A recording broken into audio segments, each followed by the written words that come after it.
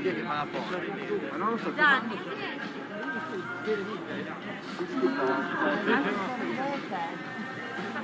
Gianni, non fare delle foto pelose, Sembra vivo. Guarda che se si eccita è un problema, Gianni. Come base. Gianni, non devi toccarlo perché si stanno arrabbiando. Gianni, la gente deve passare. Prendi tutto? No, prego, ci mancherebbe. Anche perché Good afternoon, everybody. Welcome to Parma and the Stadio Lanfranchi in Italy as the second round of the 2021 Women's Six Nations is poised and ready. Italy set to make their championship bow at the home of Zebre against England, victors last week against Scotland. And this is the first of two fixtures for round two then, as Wales host Ireland later on, a 5 o'clock kickoff UK time. It's a condensed format to the women's tournament this year, with the 6 teams placed into 2 pools where they each play 1 home and 1 away match with 1 rest week. So you can look at Pool A there with England, Italy and Scotland. England top of the pile after their win against Scotland last week, facing Italy this afternoon. And looking at Pool B, France are sitting pretty after their win against Wales last week, and it is Wales who host Ireland in Cardiff this afternoon. It's all building up to a Super Saturday showdown day of final matches on April the 24th in a fortnight's time.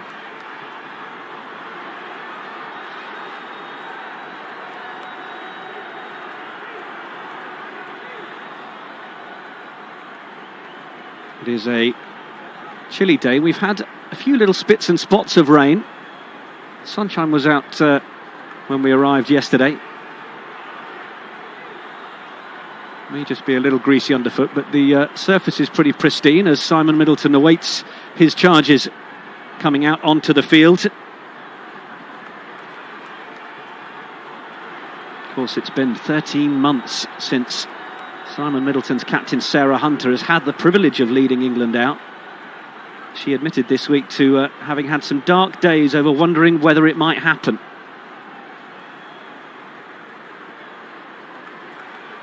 Won't be too surprised to perhaps see the emotion of the occasion getting to a great player, a great person, and I'm sure all of rugby's delighted to see her return, bar of course maybe 1 or 2 of her teammates this afternoon. Having scored 8 tries last week, England were dominant against Scotland, albeit there were a few question marks over their continuity in that last 30 minutes. We'll run through the team list in a moment, but it is absolutely stacked with speed merchants.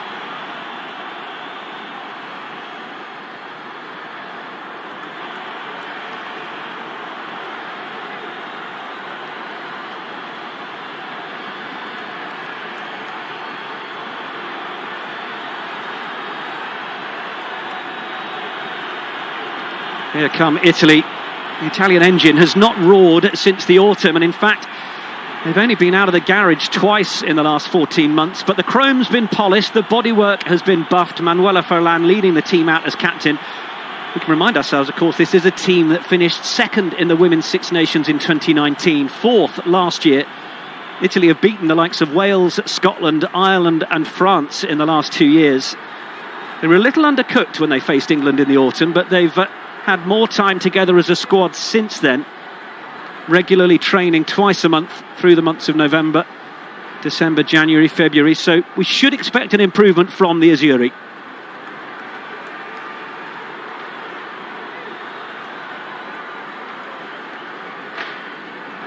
Now, as the two teams line up, we will be observing 2 minutes silence as a mark of respect following the passing of His Royal Highness Prince Philip, the Duke of Edinburgh, and from an Italian perspective, to mark the life of Leonardo Riccioni, a 7-capped former Italian international who passed away this week at the age of 91.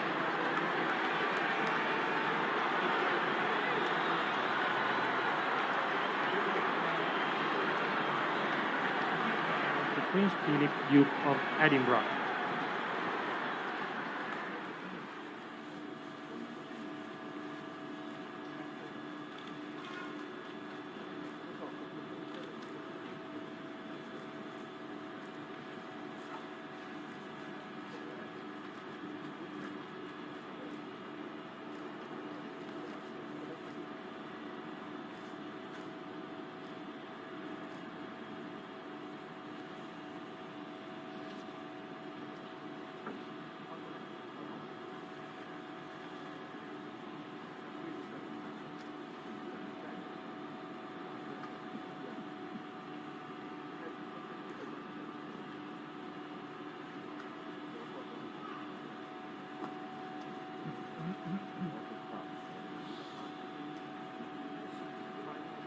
Verrà ora osservato un altro minuto di silenzio per ricordare Leonardo Riccioni, azzurro numero 121, 7 caps con la nazionale italiana rugby negli anni 50, scomparso in settimana all'età di 91 anni.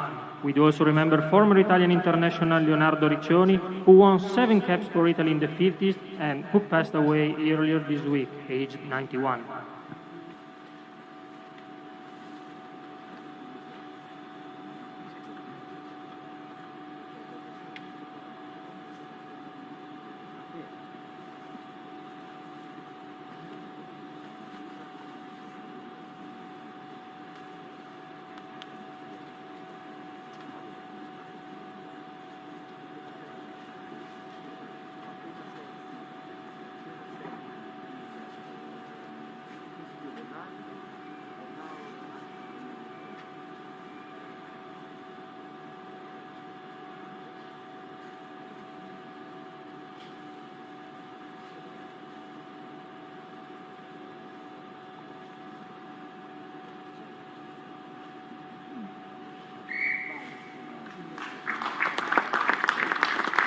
Respects duly paid, the stage is set. It's nearly game time, but first, the anthems.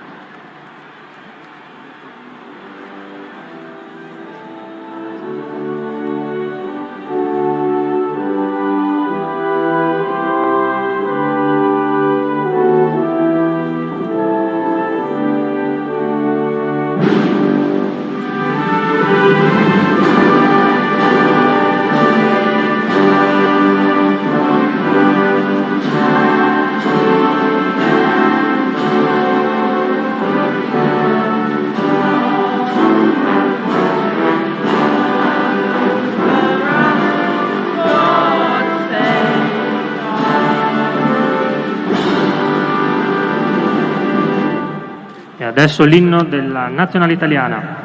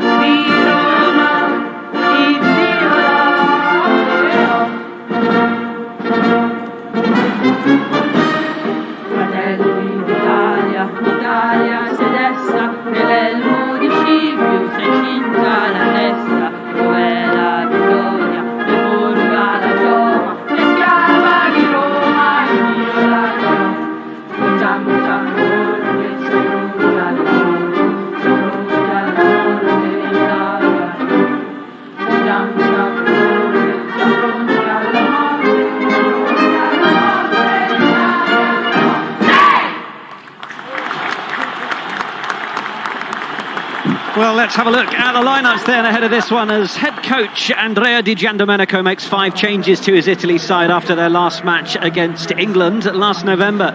3 changes to the pack. See a first start for prop Erika Skofka alongside Camerano and Lucia Guy. In the back row, Arrighetti is alongside former Harlequins flanker Giada Franco, Giordano at 8. And in the backs, Auramuzzo's inclusion sees Magatti switch wings, captain Manuela Ferlan is at 15.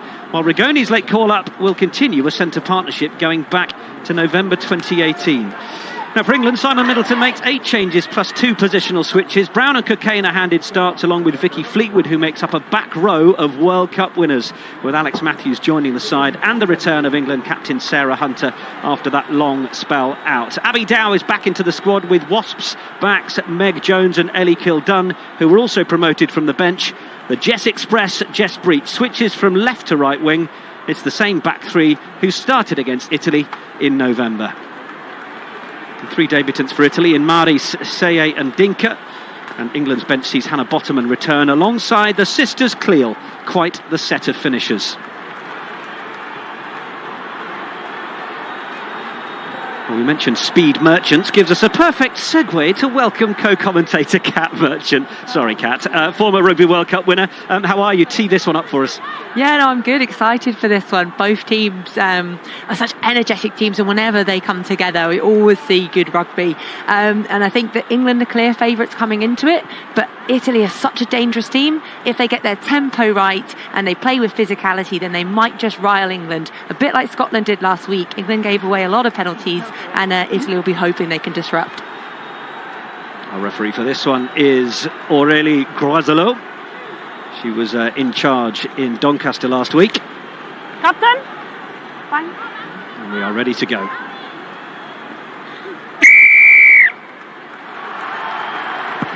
The Azzurri against the Red Roses in the 2021 Women's Six Nations. As we didn't even mention Sarah Baratin, 96 caps, the Italian scrum half, and this is lovely continuity from Italy, straight off the bat from the kickoff. Was there the slight knock-on there from Giada Franco on the floor? I think she did her best just to try and hide that, but there was just the slightest movement. But decent ball through the hands, everybody having a touch. I think they're just showing their intentions really early on, getting the ball out wide. And as a winger looking up, you probably don't want to see Franco running at you, because she is a big ball carrier. She's strong, and yeah, just a tiny little bit forward on the floor there. But love the intent they're starting with, that energy we spoke about beforehand. Brilliant. Crouch! Bind! Set! Skofka, Camerano and Lucia Guy. Front row for Italy against Vicky Cornborough, Amy Cockayne and Shauna Brown.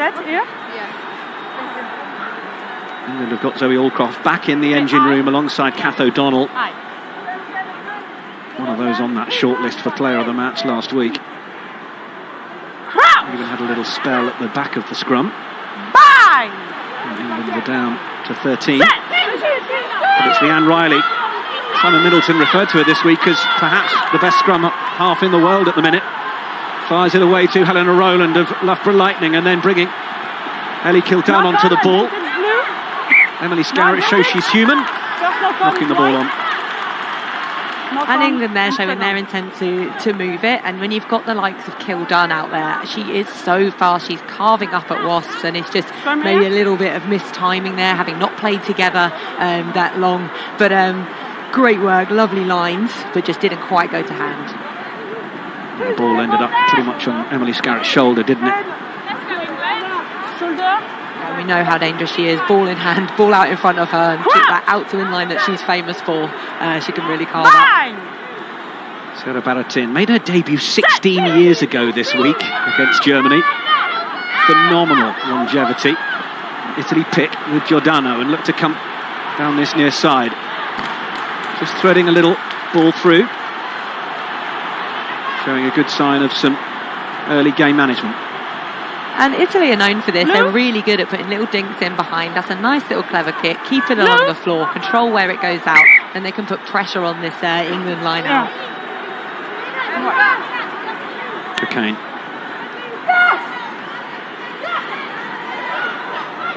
Johnny jumped at the front from O'Donnell. It's away from Riley. Alex Matthews used as the big battering ram in midfield. Riley's there once more. Rowland wanting to try and use the support on the outside. It bounces to ground. Scarrett gets hold of it. Chip through.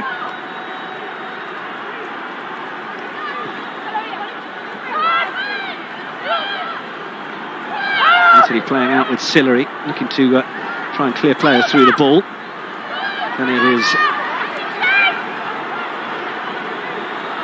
forwards combining, and that's nice. Just bringing players onto the shoulder. Magatti.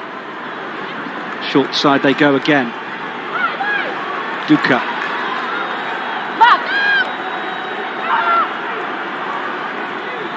Franco. Punching it up, then Medea. Rigoni had to get rid of it quickly. That's come off the boot initially, nothing wrong with that. And Giordano will tidy it up and straighten for Italy. Baratin senses that there might be some numbers here. Invited in the tackle of Meg Jones. one of those referred to this week by Simon Middleton in terms of England's attackers, bringing something different to how they played over the last 3-4 years. Baratin, attacking field. Erika Skofka on her first start. Medea, left foot. Kildan. Yes. She's taken that very nicely, but there was an advantage being played. Yes. You are. So good play there to decide it, because I wondered about the kick initially, because you definitely don't want to put the You ball have up a straight to high Kildan. But ref deems it high tackle, so they knew they had the advantage. Kick over, no problem. Number 6. Yeah. The physicality here, the hits are going in from both sides. We said it was going to be a physical encounter, and Italy are not disappointing so far. I think Rigoni wanted a little bit more on that, just came off the outside of the boot. Thank you, Neil. Yeah. She had originally been named on the bench for this fixture, but Ostuni Minuzzi,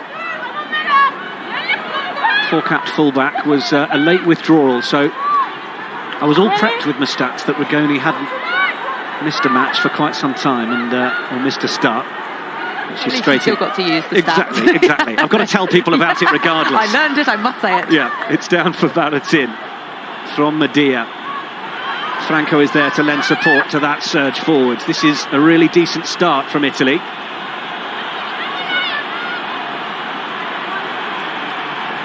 Just looking to come back to this short side. Baratin has a look. Off to the left we go.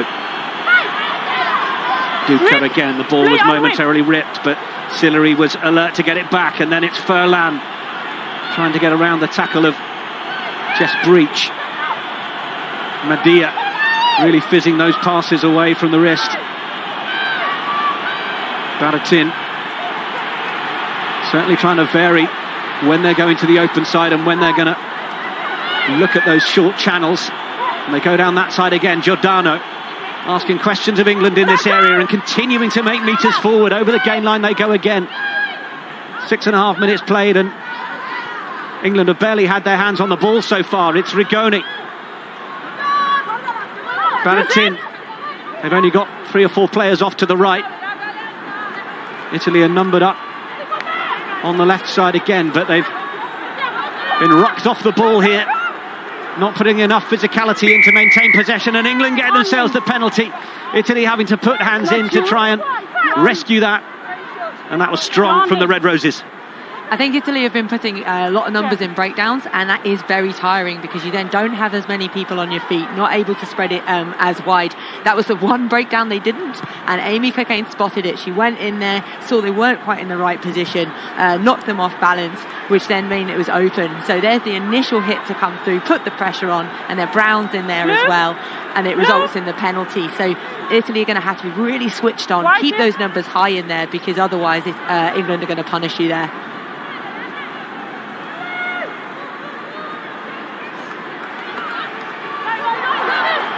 Down for Riley. Rowland. Jones. Rowland again with Scarrett.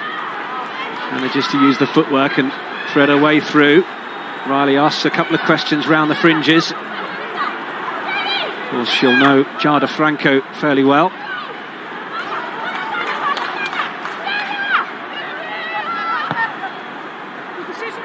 Little chip over the top from Riley this time, and Furlan is there. Oh, and dummies the kick, gets past the initial defender, which was Sarah Hunter, but Italy get themselves the penalty. Such a clever defence there as well from Italy, because they were short of numbers, so they had to fly up to put the pressure on there, because if they had got outside, I think England definitely had the numbers and could have looked, with the pace out there of Breach. That could have been quite dangerous, but good shot from Italy. Came up, player on ball, and made the hit. Really good footwork from Furlan, and that's what she gives you. She's just an experienced player, but what a rip there initially from Cockayne.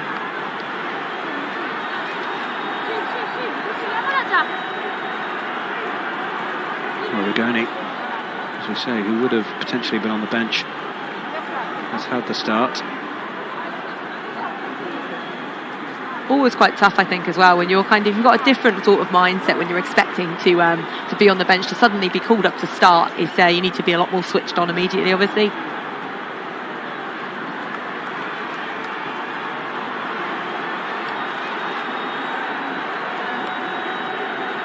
Changes that England made. Rotation very much part of the plan, but Simon Middleton talking this week about how it's focused on performance rather than development. Now there are players in the side who just need a bit more rugby, the likes of Sarah Hunter, Shauna Brown, Kath O'Donnell.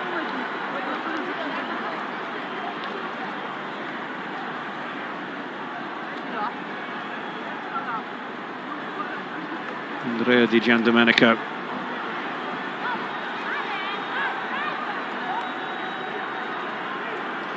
Four of his side playing their rugby in France. They've had a little bit more rugby, or rather quite a lot more rugby than the rest of their teammates, because the Italian Championship played one round in October and then has stopped since. So there's a sense that individually the players have had less rugby at Italy, but they have been able to, by consequence, meet a little more often in camp. A couple of times a month over the last 4 or 5 months. Speaking to Giada Franco this week, she says they're absolutely raring to go, and by the start of this game, they've certainly shown that. It will be Franco who jumps up, but Sarah Hunter gets in and tips it back on the England side from Riley and Rowland and Jones. Scarrett on the outside and has Kildunn joining the line. It's the missed pass to find Abby Dow, who's been in electric form for Wasps in the Allianz Premier 15 season. Back in field for Vicky Fleetwood, one of the old guard from 2014. Shauna Brown, oh, that was a sensational take. Just started to drop it, clung onto it with the fingertips to avoid the knock-on. Now Rowland, dummy line from Cockayne, and it's allowed Jones away, and this is what you can get from Meg Jones. Scintillating speed. Takes England up to the Italian 22. They've turned it over. You get plenty of speed from Jones, but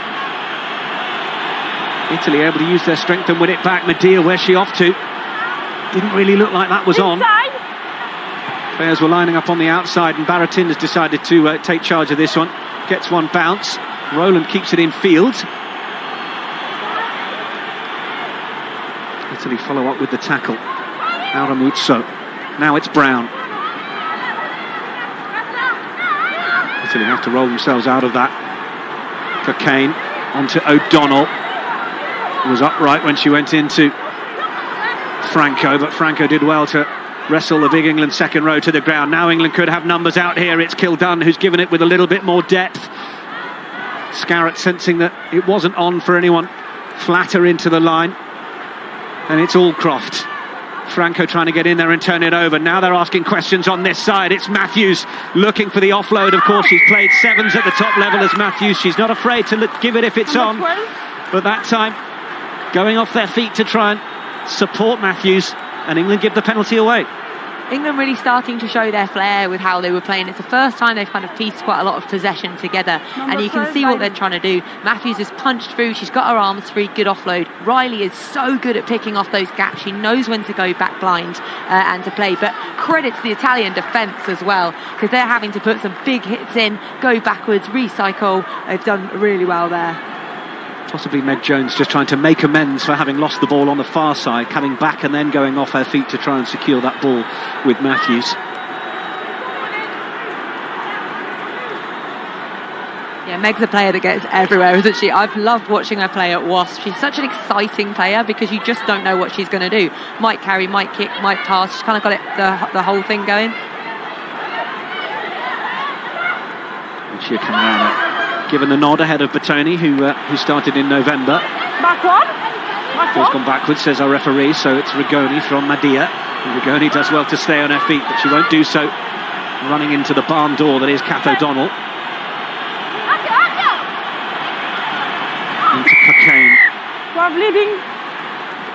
Well, spotted a leading arm there on Franco. You can go in and fend, but you can't detach that forearm from the body and perhaps make high contact, and it's a good spot from referee Grosselot. Yeah, really good spot, 'cause initially it just looks like she's going for a handoff in the shoulder, but if her elbow's gone in front of the wrist, that's leading with the elbow. And then we've got, referees are looking after player safety, and it's really important they do so. So she was right in line with it, right call. Fleetwood at the front. Moorcroft dummy jump, then it's Hunter. Franco was up there to try and nick one back off the England captain, having had it stolen a moment ago. Then it's Emily Scarratt on a typical Scarratt style of crash ball, but England are just showing a little bit of disconnection here at times. And this is it, I think, they can be rattled, and I think you've just got to get up in their faces, which Italy are doing really well. Their line speed, coaches talk about it a lot, they come up and they're just double tackling, just arm in there just to try and dislodge that ball. She's not gone in for a big shot because Scarratt's a big runner, she's going to go through. Cheeky little arm in there, just tries to dislodge that ball and gets the rewards for it. Crouch! Bind! Set! Sarah Baratin is Stability. signalling she's not ready to get the ball in. Please, stability. With all the experience that she's got, she'll take as long as she's allowed. 96 caps is incredible. Such an impressive feat.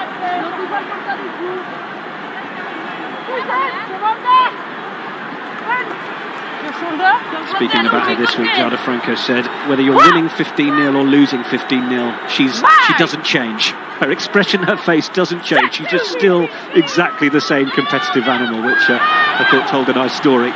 Giordano tried to pick, but Riley did a good enough job of stopping her, releasing the ball. Baratin, Medea fizzes it away. It's another solid leg drive. We make good yards using Ferland.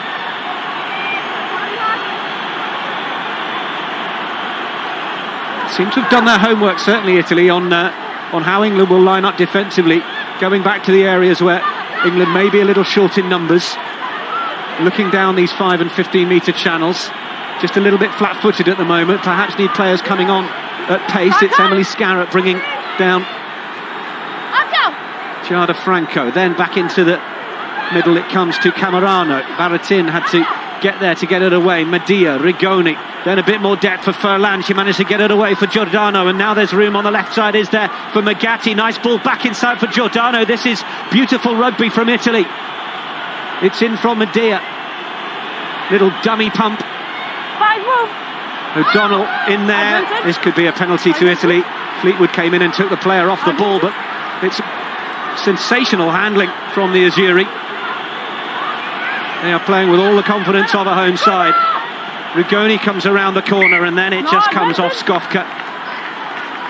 And that is as good as some of the rugby I've seen Italy play in recent times. Definitely, and I think they actually remind me a bit of France with how they're playing, just bursting through. Those offloads are key, but actually the width that they're playing at, and it's not just the width, but the depth that they can get off it. And after the player, last week discipline out and play was a real problem, and you can hear Marzolo saying to Sarah Hunter that it's creeping in again, and perhaps the nature of having the same referee 2 weeks running, knowing how much discipline was a problem last week, could almost count against England in Aurélie Grosselot's head. I agree with that, because you can get in your head with how a team plays, and England do play right on the edge, and they did have discipline issues last week, so they need to kind of sort that out this one. And having someone like Sarah Hunter back in that squad, she's going to be telling them. She's such a calming influence and such a fantastic leader that she'll bring that team down. Diane, look. Stop, please. Yes. Yes. Your numbers. Yes. Faster. A bit of soul searching going on amongst the England pack just there. Sarah Hunter having to take the leader's role and make sure she could check on the numbers. Down it comes into the hands of Arrighetti, returning to the side, having missed the Six Nations matches in the autumn. Baratin wants them to keep going forwards, trying to show the picture to the referee that they're going forward. Sarah Hunter asked the question if she's in a position to try and hold this up, and is this the England captain trying to turn over possession for the Red Roses single-handedly? The Italian pack are trying to get it to ground and get the ball back. I think it may have come back on the Red Roses' side, and that is sensational from Hunter. It's there for Riley. Back for Rowland. Plenty of air on that. Decent territory outside the 22 as well. But England will be feeling inside this first quarter of the match that they are in a real test match. And I think for people who don't know about kind of driven lineouts and things like that, what Sarah Hunter did there was fantastic. Defensively there to get in there. She checked with the ref first. She looked, asked if she was okay to go for it. Got her hands in there and managed to turn it over. And yeah, anyone who's played knows how hard it is to defend a driven lineout. So fantastic work there from the captain. Yeah, had to get the signal that she had come through the middle and was allowed to go for the ball carrier. But always worth checking with the ref, because then you know that you're clear to go for it. Well, Italy have knocked this on at the back of the line out, and Jones is putting boot to ball to try and catch Furlan out of position. That will use up the knock-on advantage. It'll be an Italian line out. And they've worked so hard to get up into the England 22 and just kind of with a turnover there and then to go across. But who'd have thought this time in Italy would have 65% of possession? That's incredible. And for it to be 0-0, I think this is the match we're wanting. We want it to be even. We want Italy to be competitive. And they've been more than that. They've actually so far played the better rugby. They've got it wider. They've had the offloads. It's Italy's 70th Six Nations match this weekend. To get their line out firing a little bit better than it has been. Sarah Baratin, I think, has just got a teammate's hand, or is it Shauna Brown's fingers in the eyes, but she's able to carry on. They're certainly using Jada Franco as much as they can. Getting familiar with their own teammate Riley. Baratin sending Abby Dow back. Dow looks inside, gets the call from Kildun.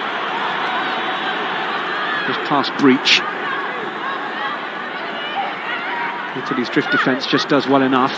Riley asks questions around the fringes. Fedrighi was perhaps a little high.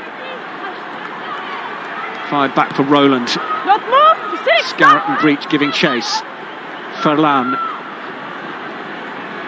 decides she's going to try and run this back and starts to get around Breach. Medea. She steps in at just the right moment, Medea, to either look like a ball playing forward or stays back in the 10 channel a little further to look like more of a traditional fly half. It's fascinating to see where she positions herself.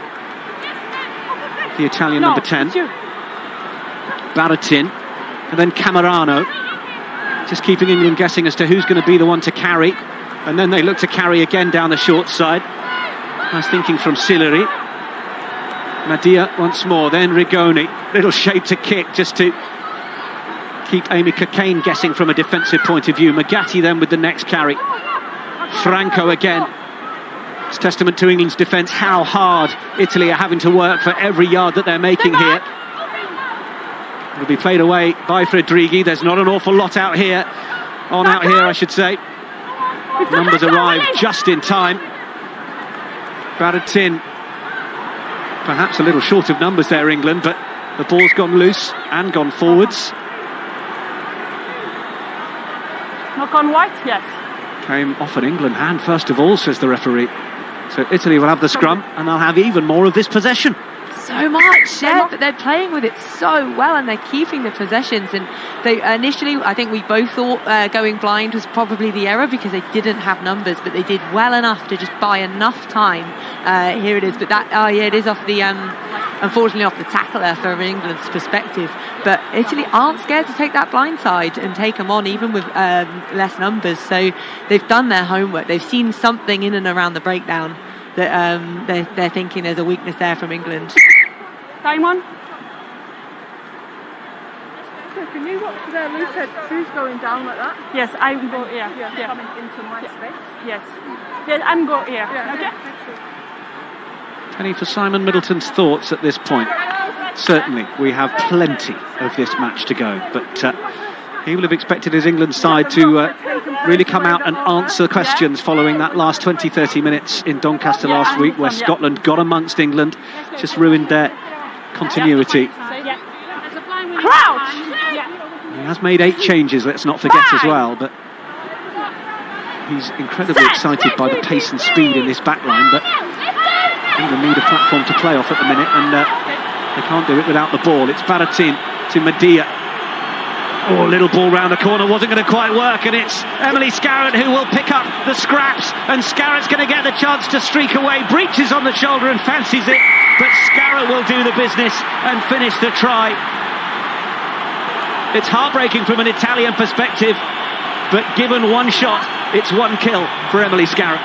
You've got to take your opportunities, and she did. Great spot, kicks it up, and I just think that's just capitalising on the only opportunity probably that they've had so far. So Italy look initially like they're doing a nice move. They've just slightly mistimed it. The offload doesn't go to hand, and when you've got the pace of the backline, as we spoke about, that England have, any ball on the floor they're going to be on it. Scarratt's an experienced player. There you can see it just hasn't quite gone to hand. Good pick up, good fend, and then she's finishing this, isn't she? I love Jess Breach's ambition to say, I'm here if you need me, here if you need Almost me. waving at her. You're all right, Jess. Could do with a try, yeah. So Scarratt then to add the extras.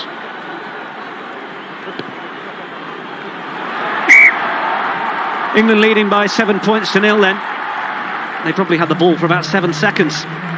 And this is where Italy really need to keep their heads up, because they've thrown a lot at it and it has been working, and that was against the run of play. So they can't let their heads get down. They've got to be up, bring that energy, keep changing the tempo up, keep the speed, so they can keep testing this English side. But credit to England, they score when they had to, and they've had one opportunity and they took it. It looked like a training ground move that Italy were running, but it didn't quite work to get Magatti onto the ball, and perhaps because she was expecting to start in that inside centre channel this week, it wasn't the personnel that they've run that with all week, who knows, but it didn't quite stick.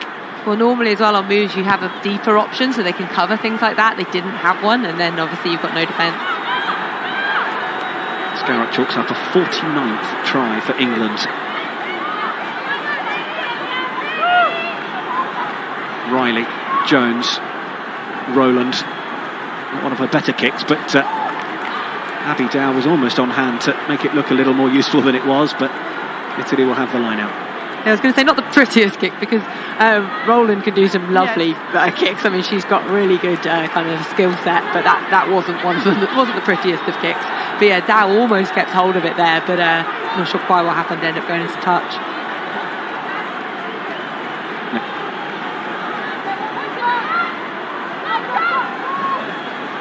Camerano.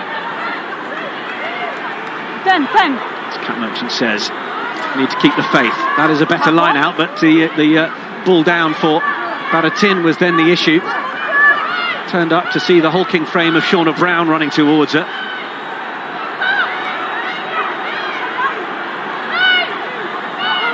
Medea goes into play scrum half. England starting the counter up. Medea knows she needs to get this away, and it does come through Fadrighi, then on to Giordano. Number 8 has made some decent yards with ball in hand already this half. Rigoni senses the pressure coming on, so puts boot to ball, but Kildun, for a moment she might keep it in hand, but sends Folan scurrying back into her 22, and Kildun giving chase, and she is quick and looks to try and catch the Italian captain and fullback. Could be on out in the wide channels here. Rigoni. Giordano, it wouldn't quite stick to get the ball out to Muzzo. Folan did well there to get it wide and move across, but really when you're hitting into the middle as she did into the English defence, I think England had a shot for a turnover there. She was quite isolated. They've got to go in, put numbers in, force to try and get a turnover from that action, and then they're in there, 22 in the attack.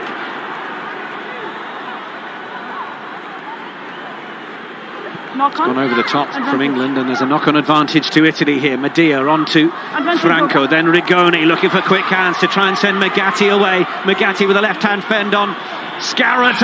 It wouldn't quite stick into the hands of Camerano, so having had the advantage up from the first knock-on, it's now Italy who hand that over to England, and it'll be Kath O'Donnell to try and take advantage, but she's met well by Fadrighi, who probably giving over a few kilograms to her England opposite number. Cockayne, they still have the knock-on advantage by the sounds of it. And it's Hunter, who will just be the number 8 equivalent of putting foot on the ball. Rowland. Move, Seven, yes. Little shimmy. Riley has O'Donnell to the left.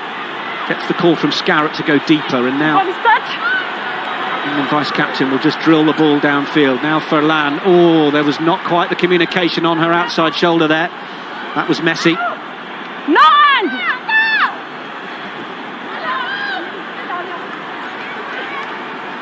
Vicky Cornbrook looking to put the pressure on. Giordano shovels it away.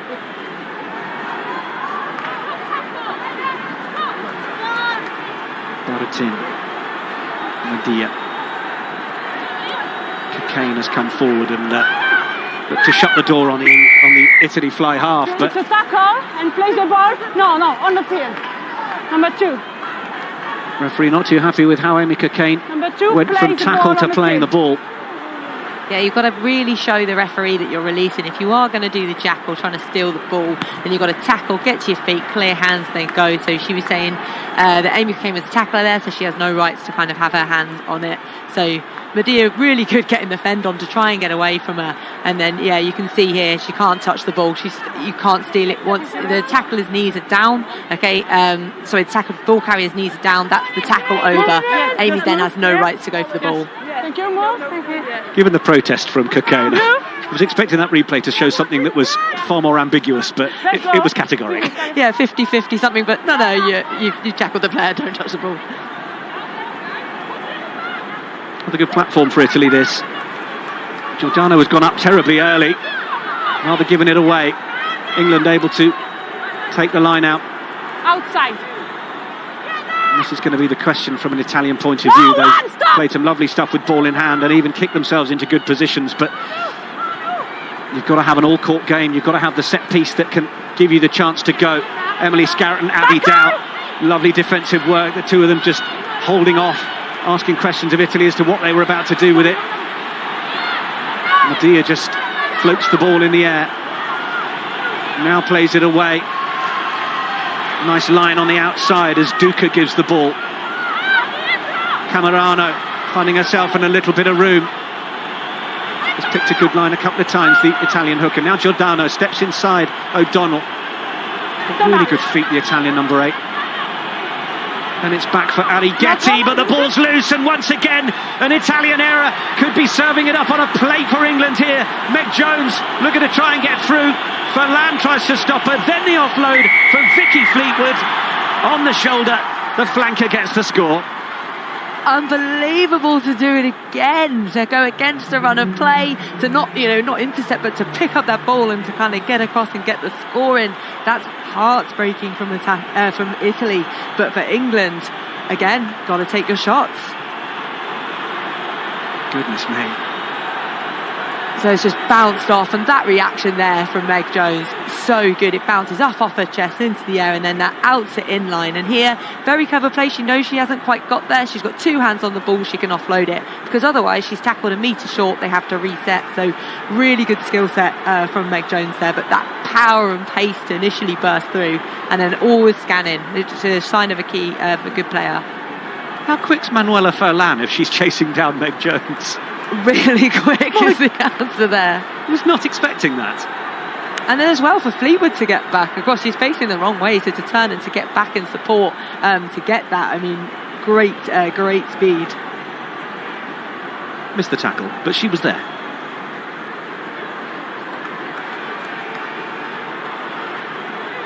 I think one of the things that England need to be really careful of actually is the dog leg in the defence. They're just not quite connected. It's a word that's kind of a buzzword that goes around. Stay connected, stay in line.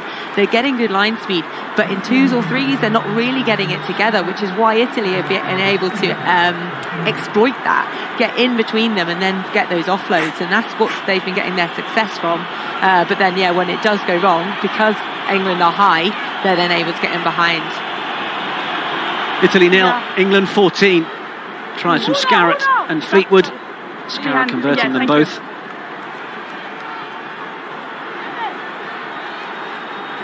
It's a curious story, this first half so far. Italy playing all the rugby. England scoring all the tries. Jones looking to dummy and go. Riley, Rowland, Scarrett. Oh, it's fine, Palmer. Kildun is missed. Hunter just drops it. Backward. Oh, and then knocks backward. it on. Medea. This is loose as a goose. No, come. I like that one. This is a goose. But both teams are trying. Italy are now in danger though, because they're chasing. They'll start to throw a little bit more. But yeah, just gone back initially, you can see, and then just kind of through the legs. Technically backwards, but a knock on obviously in there. It's impressive to see a player nutmeg themselves, isn't it?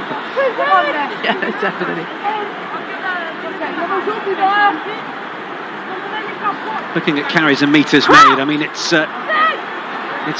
bordering on, well, it's twice as many in terms of the actual carries, and the metres made is enormous as well. But then look at the scoreboard. Baratin to Medea. Rigoni did well to take that ball high on the shoulder. Then there's a high tackle. It's again a discipline issue from an England perspective. I don't know how Manuela Forlan has held on to that pass. Caught it between her knees. It's yellow. Baratin. Rigoni playing with such pace through the hands. Then it's back with Magatti once more. Not afraid of thumping into contact. Medea.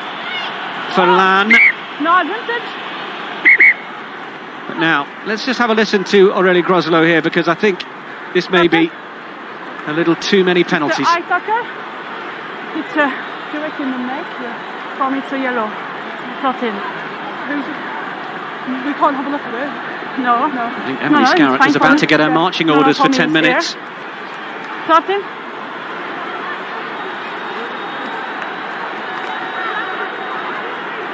And she was castigating herself from the very first knock-on. She's got a try on the board, but now Emily Scarrett can add a yellow card to the collection. Well, she's a high tackler, and I don't mean in terms of high generally, but she's a big hitter, so she hits the chest height normally and gets really good work from it. But because she's so tall, yeah, she's gone shoulder in there.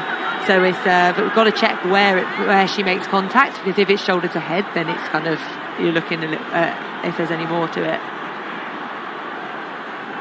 Certainly a bend of the legs from Scarrett, isn't there? But penalty has allowed Italy a chance to take 3 points, which would be, well, at the very least, some reward for the amount of time they've spent attacking England in their half.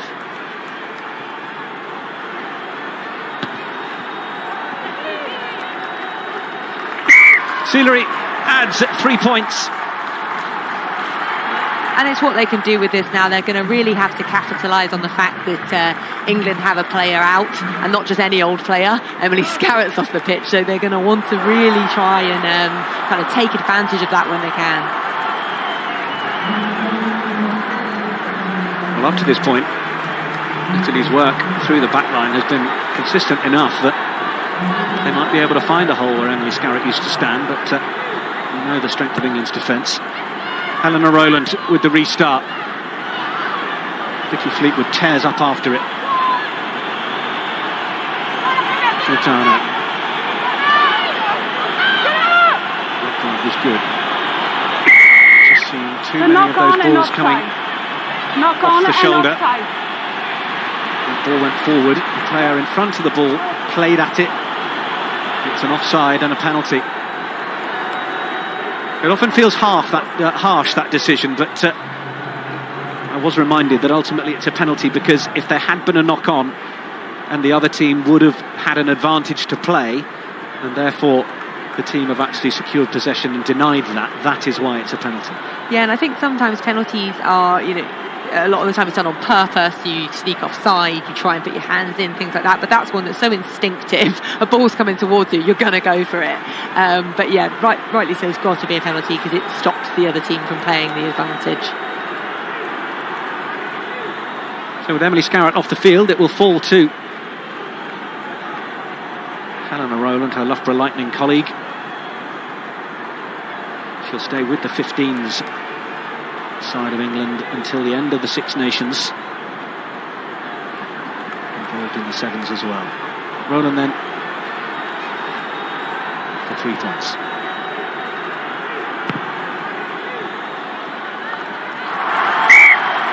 Solid, no problem at all. It's Italy 3, England 17.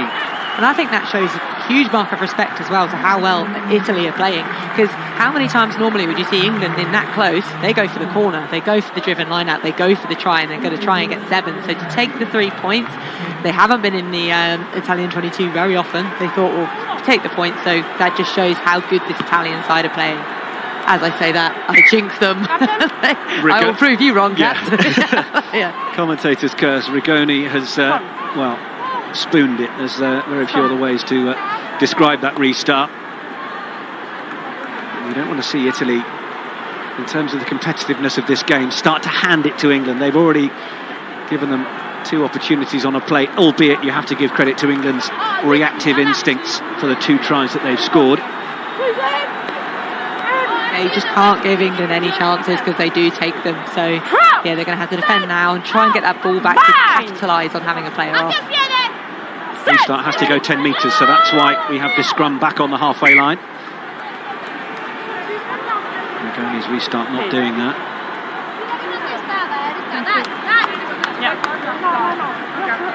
First half has flown by. Please go with me. I just noticed the clock actually. I can't believe it because I think it's been that close and exciting. I haven't noticed the time pass. Your side, please a long ban and stay high and find a solution. Should we have a little bit of scrum chat while we're going into this? Oh, be my guest. I think they've been very evenly matched. It's been good from both sides. I think really kind of solid kind of platform. No issues in there with discipline. Now they'll give away a scrum penalty, obviously, because I've said it.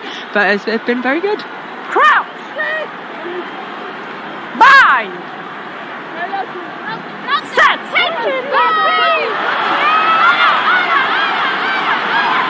Big drive from Italy. Sarah Hunter with the pick. Harry Getty brings down the England captain. Riley then with O'Donnell running down the 15-metre channel. Phil Dunn will help secure possession. And away to Allcroft. Rowland. Missed pass from Cockayne, and then Jones, and then good pass, well taken above the head from Abby Dow, but they're trying to hold her up. They've even got her feet off the ground at this point. Referee says it's a maul at this point, and they're trying to get a knee to ground, but that will be a turnover to Italy. Because this player go and go back. No. First is Sarah Hunter's trying to claim that a knee was on the floor, but I think the referee's decision had been made marginally before that happened. Yeah, and it is as soon as if your knee isn't on the floor, it's not a tackle. But yeah, good hands from Dow there. When you're full pelt to take it overhead like that, and she's avoiding touch, she steps in. So yeah, so her knee's not quite on the floor. Yeah, she's been held up. Ref has called the maul. I love this from Riley.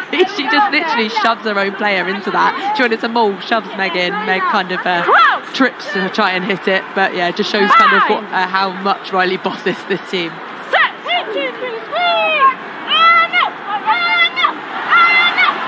England squeezing now. It's there with Giordano, but England get the penalty. Number 1 goes against Skofka.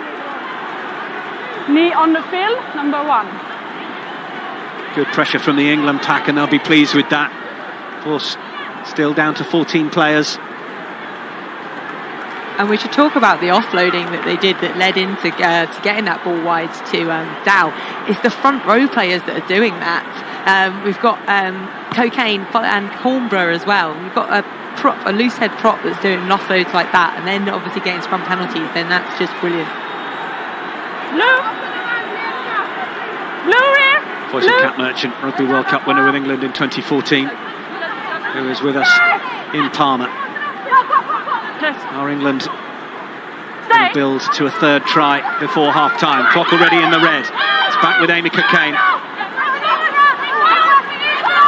England are one of the world's best from this position, but they've decided to try and use it and flick it back to Abby Dow. Sensing they weren't getting the change out of the Italian pack that they might have liked. And it's back to Hunter. Riley has Cornborough. Low position from Cornborough, accompanied by Fleetwood. Rowland wants it, has Jones. Phil Dunn.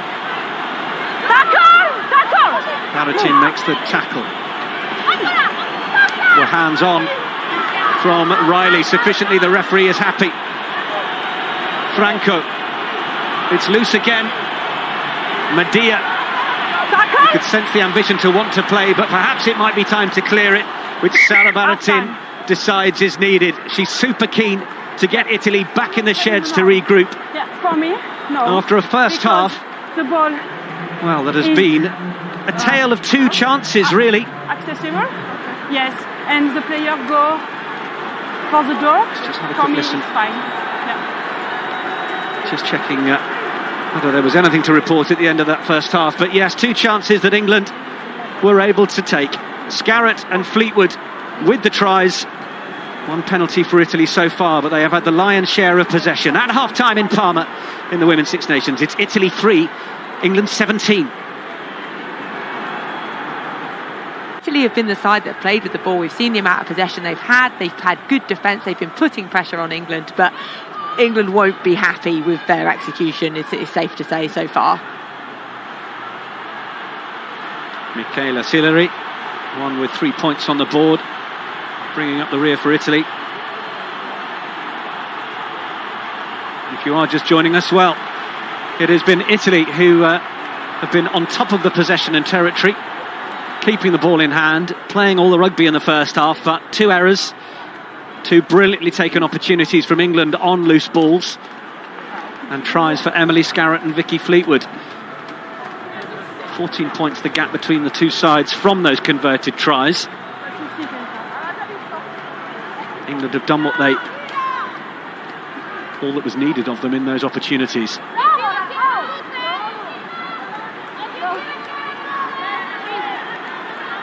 Captain? Sara Baratin is ready to get the second half underway. It's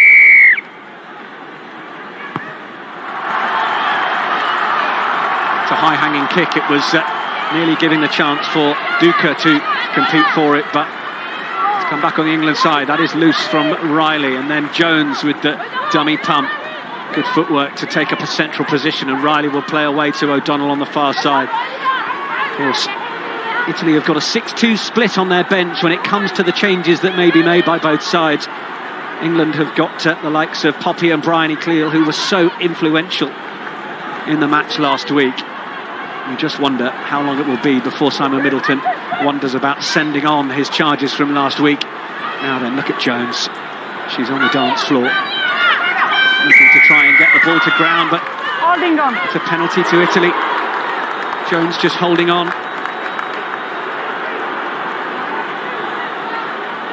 Meg Jones, she's been a player that Simon Middleton, I think, would like to look at in this 12 position, Cat Merchant. Not an awful lot of people knocking on that door currently. And I think she is a real talented player, and that she does have a lot to offer. I mean, you've got Zoe Harrison on the bench as well, who can play in that 12 spot, but she's a worker, and I think that's to her credit. Today she's not been given much opportunity. We haven't seen her with much ball in hand, so not possibly got to showcase what she can offer yet. Seeing a little bit more of it, starting with Lagi Tuima out. She will go back to Sevens programme after this game, but Simon Middleton would be interested in her decision as to whether Sevens or 15s will be her commitment. But that's a lovely line from Rigoni. Italy come forwards into England's 22 once more. Looking to pick up where they left off in the first half, but they'd love to get more points for their efforts. Baratin away to Medea. Sillery. Lovely feet, then Medea on the wraparound, but then the pass is in the hands of Kildunn. Italy stopped the England fullback getting away. The alarm bell started to ring again with that loose ball finding Kildunn. Again, despite all the toil and positive efforts from Italy, one error, and they're back marching downfield towards their own try line. I think that's it. They're just trying so hard, and those lines, I mean, the line here that we can see from Rigoni, so it's brilliant. They get off the tail of the line out, they beat it, and then just that back inside line. But it's the keeping the ball alive. She doesn't just go to floor, it doesn't slow down, it's that offload. And then the footwork we see as well. Sillery's so good at kind of that take the player one way, turn their hips, go back inside, and then keep the ball alive. But then unfortunately, passing to Kildunn. Giordano knocks on at the line out with Rowland. Scarrett has come back to the field, having been yellow carded towards the end of that first half. Italy back up, England back up to 15 players. It's Scarrett Kildun. Kildun wants to get the head down and try and go through, but Sillery stuck with her for the tackle. O'Donnell. Solid tackle from Duca. Rowland, Fleetwood, Fedrighi. Italy's second row is putting in the shots. Riley on for Rowland. Riley, little dummy shot, and Jones was looking to try and react to it. She's a real link player, Jones, so far in this game. Then it's Shauna Brown. And Leanne Riley has looked for a little bit more there from the referee. Yes. I think we have an injury. I am a blood. Yes, I have a player is blood.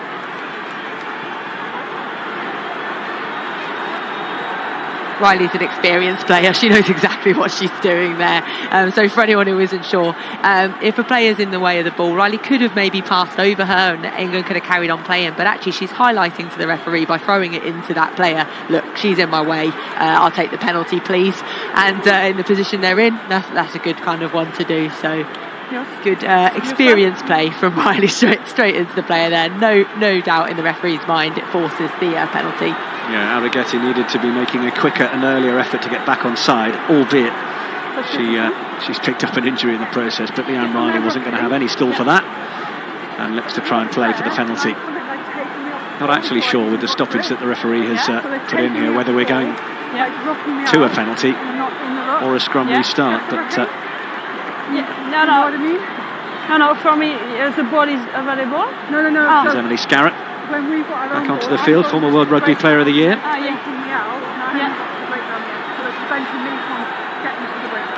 Yes. No, they are. They are? Yeah. No. For me, it's fine. I don't have a problem with that. Yeah, it's here. Sarah Hunter doing the negotiation tactic there of stating her case and walking away, and being denied the time to get to the breakdown by the Italians on the wrong side.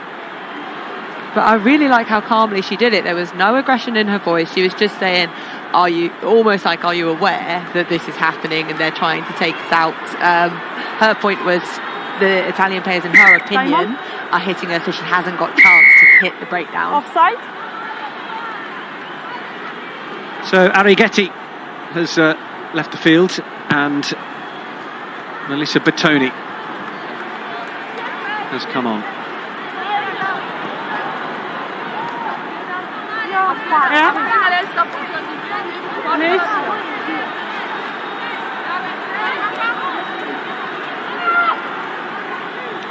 Italy with some defensive work to do. It's with Sarah Hunter, then smuggled back through the hands of Shauna Brown, and they have peeled around the corner, but ultimately Shauna Brown was leading a charge where she was no longer bound into anyone in front of her. So obstruction, as you can hear the referee confirm, and the Harlequins prop gives away the penalty. Well, I think they were probably given the marching orders at half-time to, I think the coach, Mid was very angry that they took the ball out too early last time, so they were trying to keep it in and drive it, but just peeled, and then Brown, you can see, is kind of blocking the ball now. She's in front of it, and basically if you're in front of the ball, you're stopping the defence from being able to tackle, so that's why that one's a penalty in there.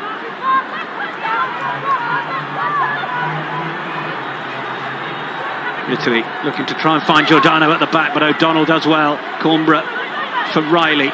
Now Rowland, Matthews, Jones, Scarrett. Kildun has breach on the outside. Kildun looks to straighten. That was just what was needed. Advantage. England go in to secure possession. There's an advantage being played, and Leanne Riley wants to play this quickly.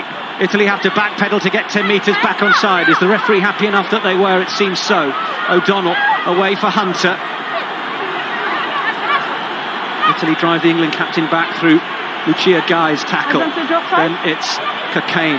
Advantage now being played to England for an offside. A free shot. Rowland will look for a little crossfield kick. That isn't offside.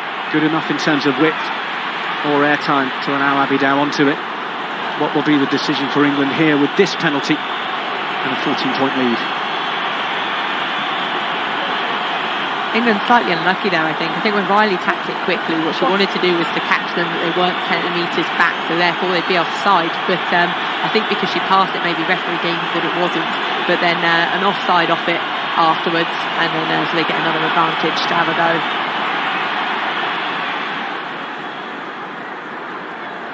Well, again, continuing that feeling of how much they're having to work for their points. It's not a kick to the corner from England. Whereas in previous games we have seen that it is a given, a penalty anywhere in the half almost. They go for the line out for the corner and then they go for the driven score. How many tries has Amy Cockayne picked up by doing that? But yeah, they're going for points. Perhaps practicing for, this is obviously a tough game, they're under pressure, but perhaps starting to think towards kind of World Cup rebuild again. Now it's been delayed, thinking about building for those tough kind of close encounters. Maybe they're going to have to go for post more. First points of the second half go to the boot of Emily Scarrett. It's Italy 3, England 20. 7, stay back. Yeah. Yes.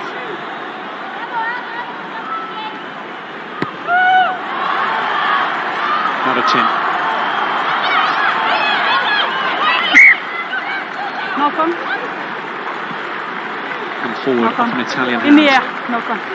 Italy need more confidence there, because that was a beautifully weighted kick.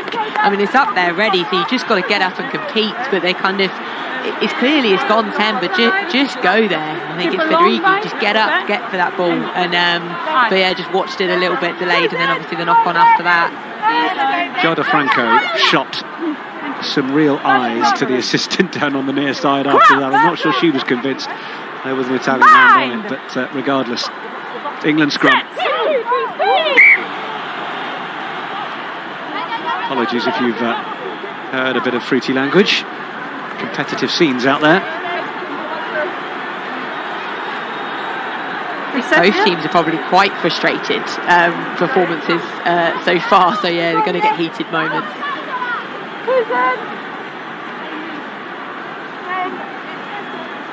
Crouch! Bind! Set!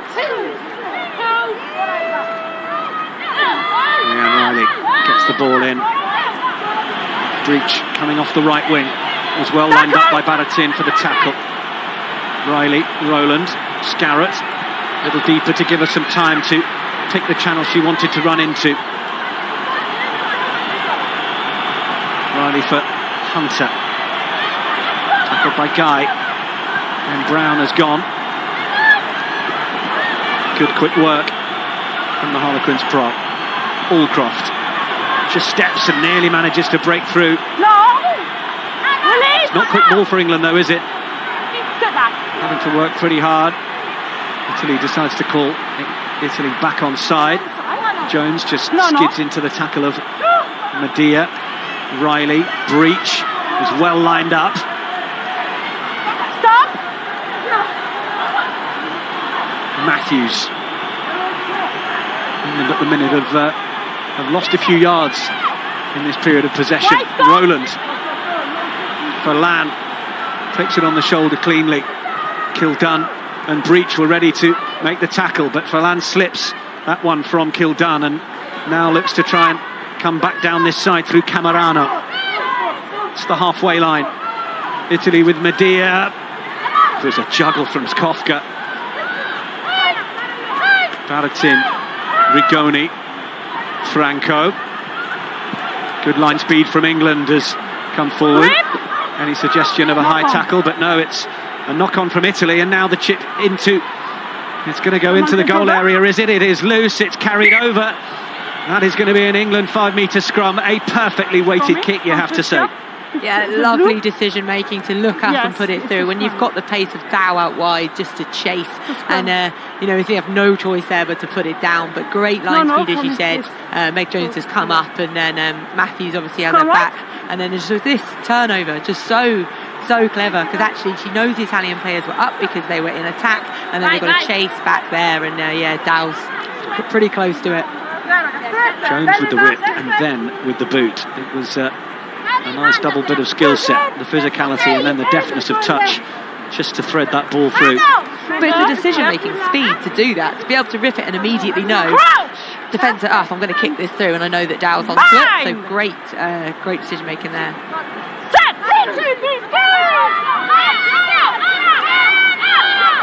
Bertoni is going to let Riley know she's there all day long.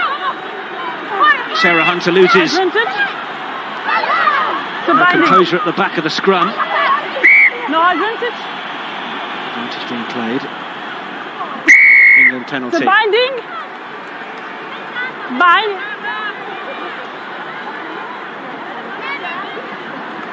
The bind. What will England do here? We've just had a scrum penalty. You'd think go for the scrum again, but there you go. Go for the line.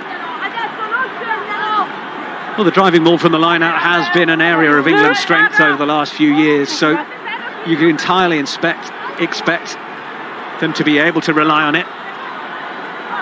It's going to be Allcroft to try and bring it down, and to reach a fairway inside to do so as well. England will engage first gear, and it's Cockayne, and this one is working. Advantage. Comes around, but there's now an advantage in at the side against Italy.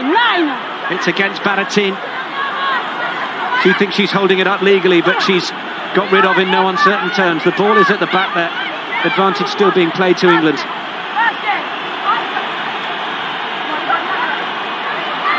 Shauna Brown goes round the narrow side. Sheila and England try. Hasn't managed to get a meat pie in 22 caps now. Kick from Cornborough. England will take the short yards if that's how it works. Allcroft, accompanied by Brown. 4 metres out. Riley, Rowland, Scarrett. Kildunn was well sized up.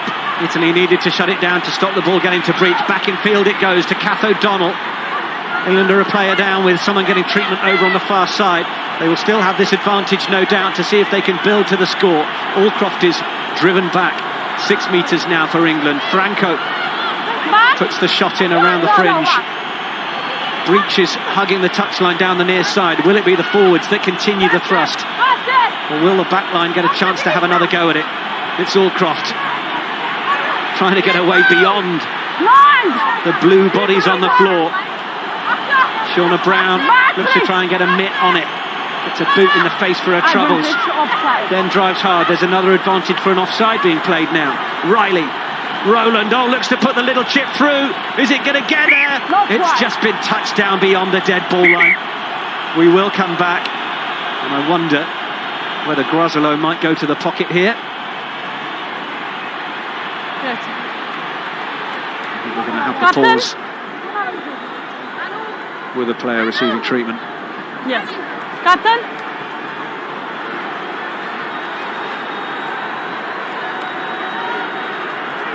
You have 2 clear infringements, and we have a cynical action by the number 9 in the mall. It's a yellow, number 9. Number 9? Yes, number 9. Well, Sarah Baratin, who came in at the side of the rolling maul to try and deny England the score, has seen yellow. It's Amy Cockayne, I think, who is receiving treatment over there. And I think that's a fair call there as well, because actually the initial, if that had been the second or third, I struck on it actually while I was going. Yes, for a moment I thought this is going to be one of those in the air, hand down, feet up, but yeah, it was just a little tiny bit too much on it, but I really thought that's going to be a cartwheel kind of extravaganza. But yeah, the yellow card, but it's actually quite lucky not to be a penalty try, I think, because I think, for all intents and purposes, Cockayne's going over that line as part of the driven maul. So Baratin, I think, knew what she was doing, and she did stop it. She came in, but yeah, she's got the yellow for it. Well, it is as close to a professional foul as you get, isn't it? England have currently got Poppy Cleal stripped off below us, ready to make her impact. And it's going to be for Sarah Hunter. Well, back in the Red Rose after 13 months, her work is done. Diamond. She won't want to come off. I say that, she might be blown, but if she is, you can't tell. Exactly. She's always got that same kind of expression. The dimpled smile for the England skipper as she leaves the field. But Poppy Cleal, well, quite the replacement. Scored a try in the match in November against Italy, and was back to great form last week as well against Scotland. Allcroft goes high. Giordano tries to put the pressure on. It's back with Cockayne. Riley is asking questions. I'm not sure Cockayne is too interested. It's now with Vicky Cornborough. Riley senses the chance to go to the short side and throw Abby Dow over the line. Were Italy able to get hands under it and deny the Wasps winger? Yes, Francesca? I'm not sure. I think the Facial expression of Abby Dow suggests she's not even sure herself. For the try is well for you? I think she grounded on the line. Yes, yes. Time off. TMO. Yes, Orly. Neil? Yes. Our assistants, For us, Dorian Domenko and Francesca try Martin. Is well. So my on-field We're going decision to is Neil try. Patterson, our TMO, Please, to have a look. can you check if the last pass is forward or not?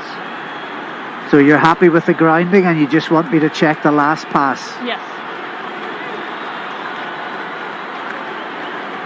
So we're just seeing if this pass from Leanne Riley to Abby Dow is backwards or flat at best. So that looks to me like it's gone back because she's in front of the 5 metre line when she passed it and it goes back in line a bit. Yeah, hands have gone backwards, so I think that's definitely looking at that. I'm surprised they're not looking at the grounding, but that wasn't the question that was asked. Because there, I mean, is that touching? I'm not sure it's in the line. I think defence have got their hands underneath it. This might tell us. Oh, it's very, very close. Yes. We have angle or not? No, that the angle I've heard the shows referee- that there is nothing clear and obvious with the last Yes, pass. I think. And I'm just having a look because we have an angle here on the grounding as well. But Yes. there's referee saying that the assistant Yes. had seen it yes, and grounded there's nothing before to she say asked the that there's question. no grounding. You may award the try. Yes, thank you, Neil. Well, England get the try. Italy may have questions over whether the ball was grounded, but the assistant on the far side says that she believes it was. And Abby Dow gets the score. Yeah, I think Rigoni will be quite annoyed at that one because she does a good shot to actually knock Dow almost in the air in the action of scoring to kind of knock her back. But yeah, Dow looks maybe confused, but I'd say she'd be happy to chalk up the numbers because it's not really been a winger's game. She's not had much ball in hand. So good spot off Riley to go blind and to kind of look that up because again it's just not expected. England are doing things that you wouldn't expect them to do. Generally you think they'd keep that in tight, they'd get Amy over the ball or one of those kind of forward players that knows their way to the try line, but yeah, roll the dice, went wide, paid off. Scarrett has nailed a decent conversion effort, and in the meantime Kath O'Donnell is making way and Harriet Miller-Mills comes on to earn a 60th cap for England. Of course, she had 22 months out, which included 3 knee surgeries. But since the Six Nations last year, she's been a firm fixture. That's the try. Italy 3, England 27. Rowland looking to try and step her way upfield.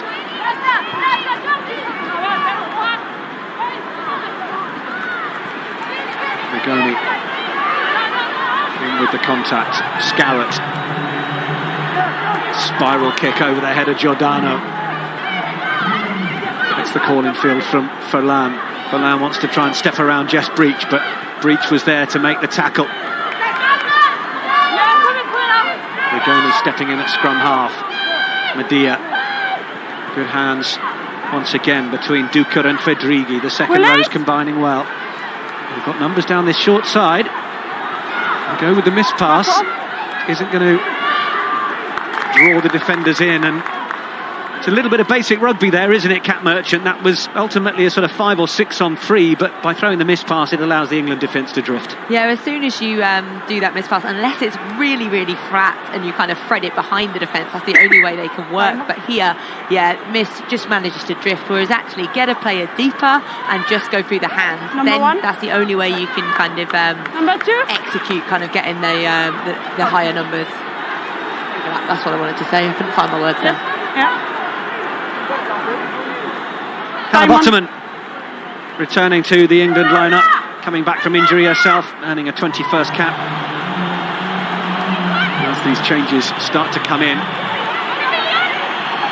and will look to try and find some continuity. It's not as if they've had an awful lot in this game so far, but players coming off the bench will know exactly what their roles and responsibilities are. That's really nicely worked from Meg Jones, on to Scarrett, and then to Alex Matthews, and the flanker able to get over and pass the ball off. It's Harriet Miller-Mills, the replacement. But what about the run from Alex Matthews, in and out? It's worked brilliantly for England. They get their 4th try and the bonus point. Finally, now we see exactly how this England team can play. It started with the line out, faultless from Lark. Beautiful, Lark Davies, beautiful ball to the back, and then the play off of it, and then the lines of running here. So a great kind of switch play, good hands by Scarrett. But this, look at the footwork and the power of Alex Matthews. And then not just that, but it is the scanning to know that she has a defender with her. So quick pass, keep it away from the defence. Over chase, step back in, and then she realises offload. Brilliant. That's just rugby at its best. Fantastic try.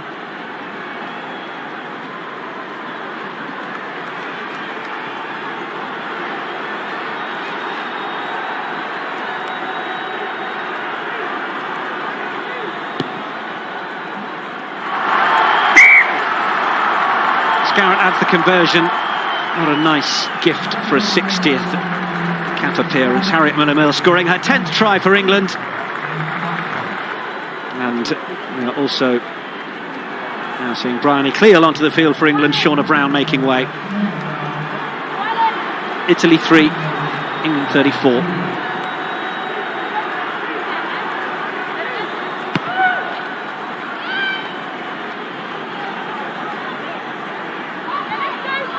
Riley got the call from Fleetwood.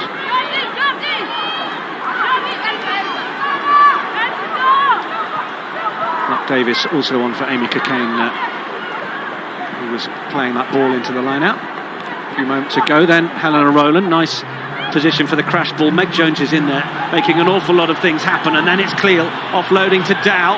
Dow is driven to ground, but able to get up as she's not held. Now there's a penalty advantage being played, and it's Bryony Cleal playing around the outside and looking to try and bring her sister onto the ball. Rowland, Jones, Kildunn.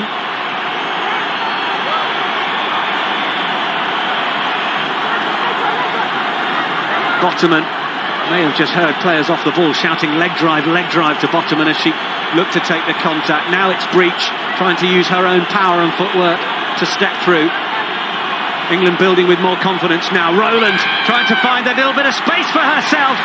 That was a lovely shimmy from Rowland to just part the defence. The Loughborough Lightning fly half is over for the try, and England have started to hit cruise control. That was really nice from Rowland, wasn't it? She's such a balanced player, and just that footwork, and then the vision to spot it, that the defence have gone, and then go through to get the try. But just thinking how hard Italy have worked kind of up until this point, they're naturally going to be tiring. And then England empty a bench and they look up and they've got the Cleals, they've got Bottoman running at them. I mean, it is so difficult. You've got these power impact players coming on now, just when they've put in a defensive shift of I think defensively Italy have been pretty spot on today. So it's a tough ask for them tiring wise.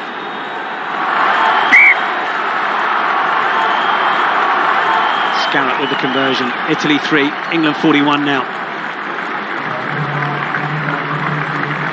Beautifully executed from Helena Rowland.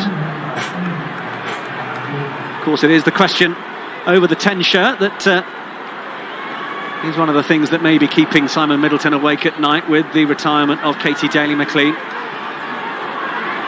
Zoe Harrison has just come onto the field for England, replacing Meg Jones.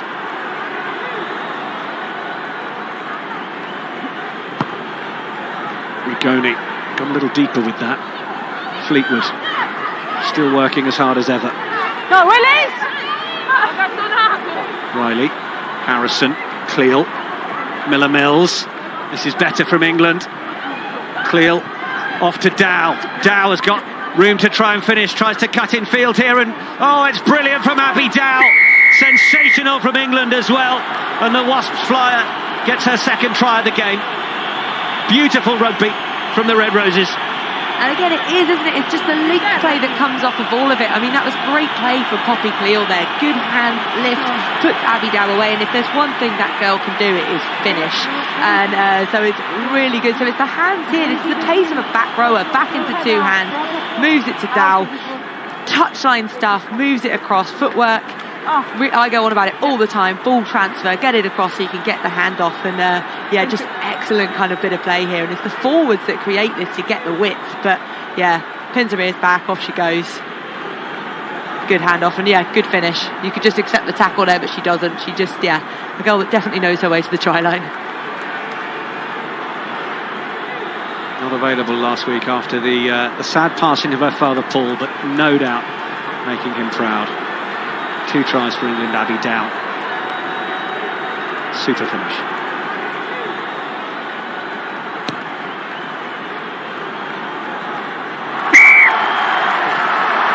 It's another faultless conversion from Emily Scarrett. And another change for England. Leanne Riley's time is up, so Claudia MacDonald will come on. It's a tale of two halves again, but the opposite way round to last weekend. They kind of started strong against Scotland and then kind of lost discipline, whereas this time they kind of had a bit of a kind of tougher start where, yeah, they took opportunities but weren't quite firing. But now we are seeing exactly how this team can and should be playing. Allcroft.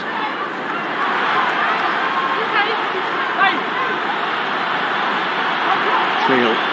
Miller-Mills, they've combined beautifully again, and Miller-Mills is in open water, then pops the ball up. It was tapped back from Giordano, but it's now in the hands of Sarah McKenna.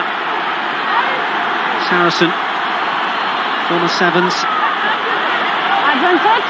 McDonald has got an advantage to play with as well. Not moving.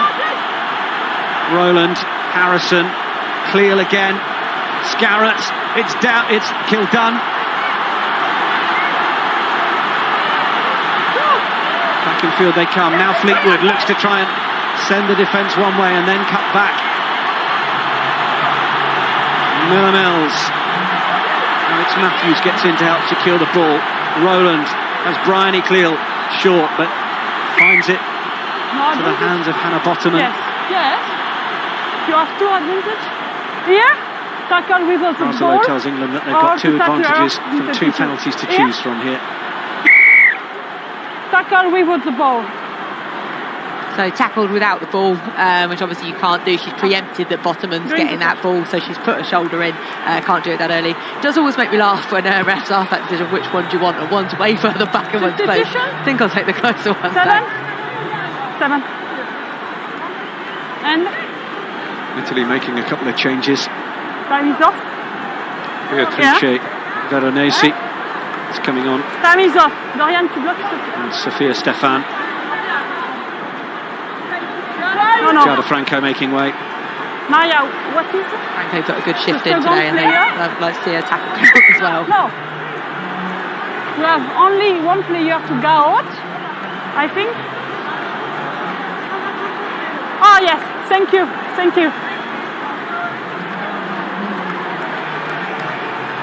Time is on. Well, Davis is just waiting to have a line out to throw into at the minute. Gets the call from Hannah Bottoman. It goes Allcroft, but it wasn't straight. Not straight. Italy will have the scrum. And a kind of a rare mistake from kind of the last kind of 10 minutes. But where kind of Italy can sigh a quick sigh of relief, I think, and kind of get the ball back in, but yeah, not quite straight, which you can tell for a ref on your angles. Even if Italy don't compete particularly, you can just obviously tell by the body angle of the Volkov jump It's count. your feet is left here.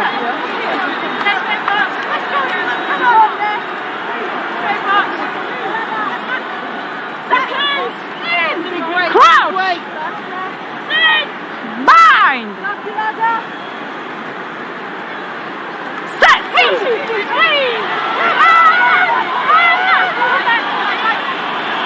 Giordano with the pick. Fleetwood with the tackle. Nadia, where is she off to? Since she was under an awful lot of pressure.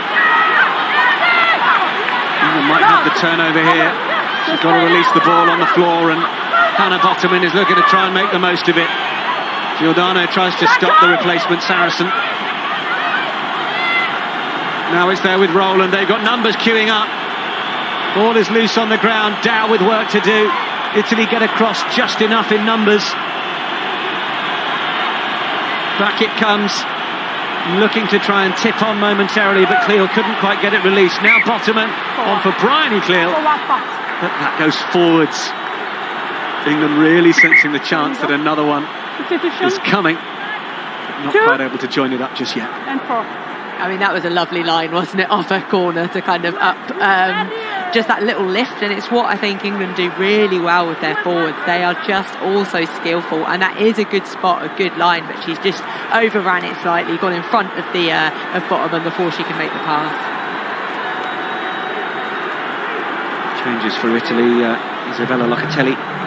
Padova player comes on along with Francesca Scorbini. Made her debut against England in 2019.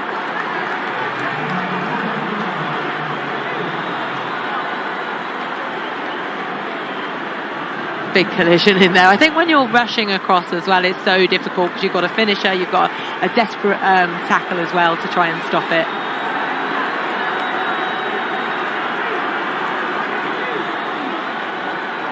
Whether this is being looked at by our TMO.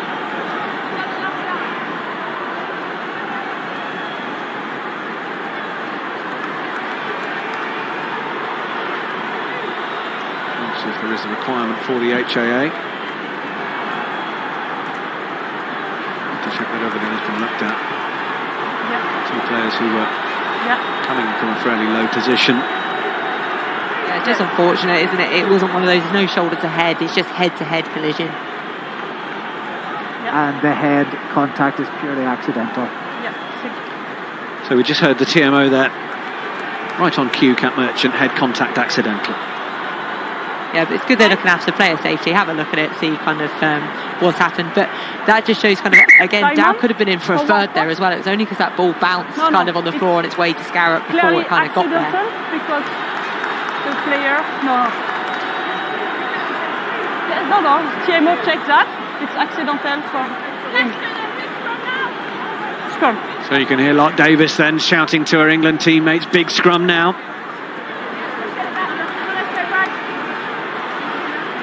Defensive work there for Italy has started to really tell the story. 151 tackles made to 89. That's brutal on the body, and that's why this has started to open up. We said about how much work they did in defence, and they put their bodies on the line, and that, at some point that's got to give. And unfortunately for them, it's kind of been the last kind of 15 minutes of this. They're just starting to tire a little. Bang! Sophia Stefan in the 22 shirt. Front row starts to slip. No, back. Clearance kick is made, that'll do.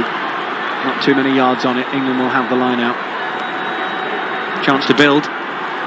Looking for that try that might take them beyond the 50-point mark. It was 54 points to England's tally back in November. I mean, given the first 20 minutes, I think England will be very happy to get over the 50 points mark and to finally find their feet. Stay! Minna Mills brings it down. McDonald looks to try and crack the whip on the forwards.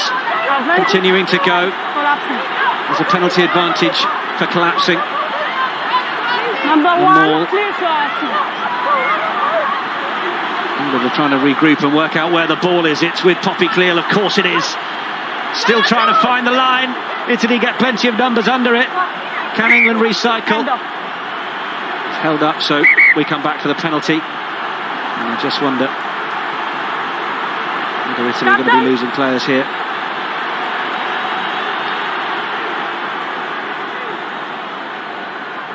To have a clear cynical action, so number one, collapsing the ball.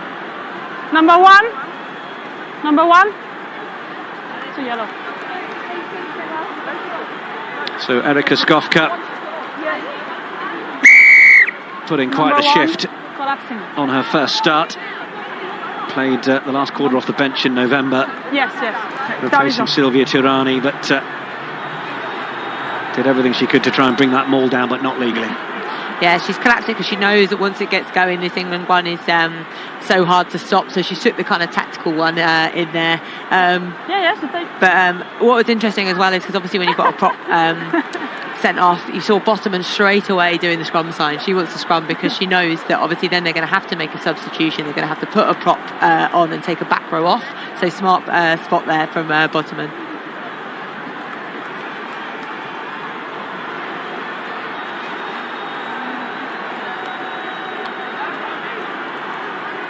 Totty Cleal. Simon. Back to her feet. Into the corner, England go. Gap, please. Blue, move, please. England have Sarah McKenna over on the right-hand side. Ellie Kildane in the line, but this is going to be the work of the forwards. It's got Bryony Cleal over for the score. England going through the motions and getting it absolutely spot on once again from the catch and drive. Bryony Cleal. 3 caps, 3 tries. Yeah, you've got to be happy with that. And she knows her sister gets over the try line a lot as well, so she'll be wanting to kind of join her in on that. Look, the two of them kind of joined together. But yeah, really good work, because it still takes a lot of control and kind of timing wise, body height to get it low, and it is a kind of pack try, but also to be the ones who got it down. And there's a sister there. The 7th try for England.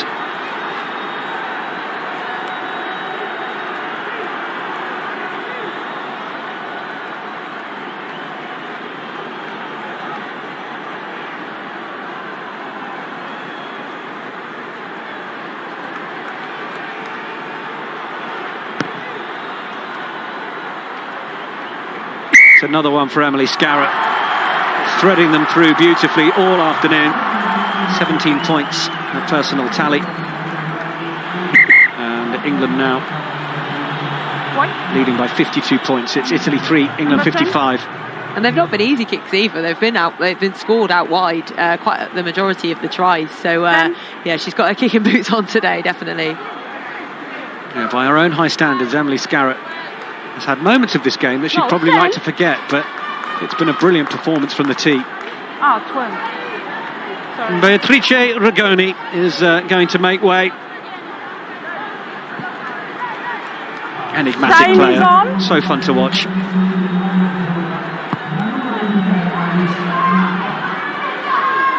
ball has just sat up on the turf. It's been kept in. Giordano, then played away. Scorbini. Lucia Guy. It's then been lost forwards. England will have the scrum.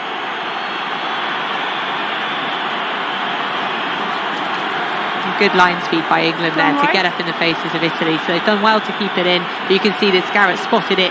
Okay, trying to make the shot and come high. Time off.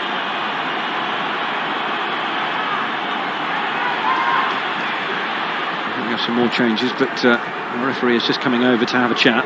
Yes, it's incontested. Okay, thank you. Yeah.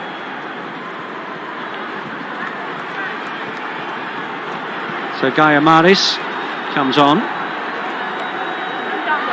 So girl, during the yellow card you don't have other prop, so it's incontested firm. Yes. Oh. Contested? Ah, it's okay, fine. Sorry. No, it's fine. Aurélie Guazzolo thought for a moment that she didn't have requisite front row players from Italy, so therefore it would be uncontested. But as 17 comes on, Gaia Maris, she's replaced Michaela Sillery, so that has allowed Italy to have the front row numbers to compete at the scrum, but obviously it's decimating the back line at this point. Crouch! Bind! Set! In fact, I think it was Aramuzzo who has made way. Sillery still on the field, and Sillery, who is trying to defend on the outside here, as Kildane looks to try and take on Medea. Mila Mills. Well tackled by Veronesi. Davis. Met by her opposite number. Bertoni. McDonald. Rowland. Little lazy switch with Emily Scarratt. That was nice. McDonald, just that little dummy pump just to try and interest the Italian defenders, create that dog leg. Then it's Harrison on to Cleal. Knew she had to turn to receive that and protect the ball. Now it's Poppy Cleal. Back for McDonald. Harrison had Rowland on the inside. Then Kildunn.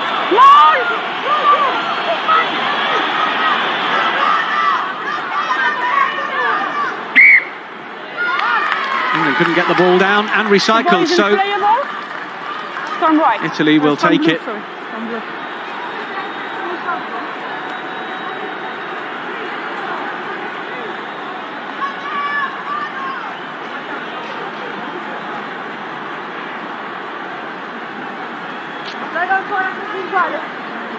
Yeah, the same line, la même ligne.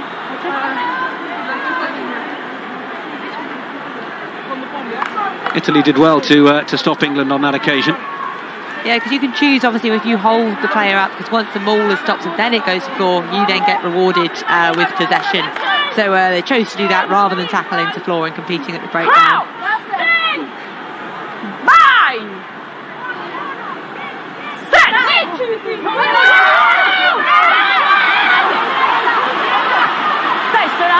Giordano.